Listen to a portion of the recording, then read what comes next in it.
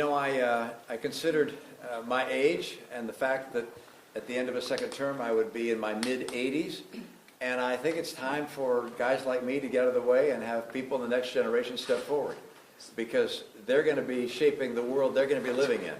And over the last a couple of decades, people of my age, the boomers, have done pretty well for ourselves. We voted for all sorts of benefits and programs for us, and we haven't paid for them. And I think some of the people that are coming along next want to have a say in how we leave the earth and how they prepare for the future they're going to live in.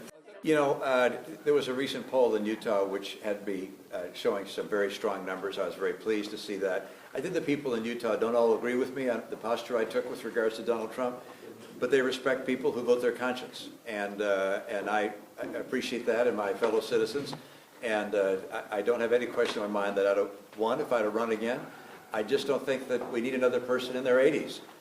But I do think that the times we're living in really demand the next generation to step up and express their point of view and to make the decisions that will shape our American politics over the coming century.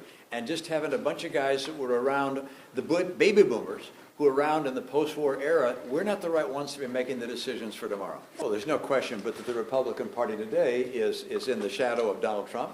He is the leader of the greatest portion of the Republican Party. It's a populist, I believe, demagogue portion of the party. Look, I represent a small wing of the party, if you will. I call it the wise wing of the Republican Party. And I don't believe we're going away. I think ultimately we'll see a resurgence and come back into leadership of the party. Look, my wing of the party talks about policy and about issues that will make a difference to the lives of the American people. The Trump wing of the party talks about resentments of various kind and getting even and settling scores and revisiting the 2020 election. What are the policies for the future? And my party is only going to be successful getting young people to vote for us if we're talking about the future. Do you solemnly swear that you will support and defend the Constitution of the United States against all enemies, foreign and domestic, that you bear true faith and allegiance to the same, that you take this obligation freely, without any mental reservation or purpose of evasion, and that you will well and faithfully discharge the duties of the office upon which you are about to enter, so help you God? I do. Thank you. Congratulations. Thank you very much. Thank you.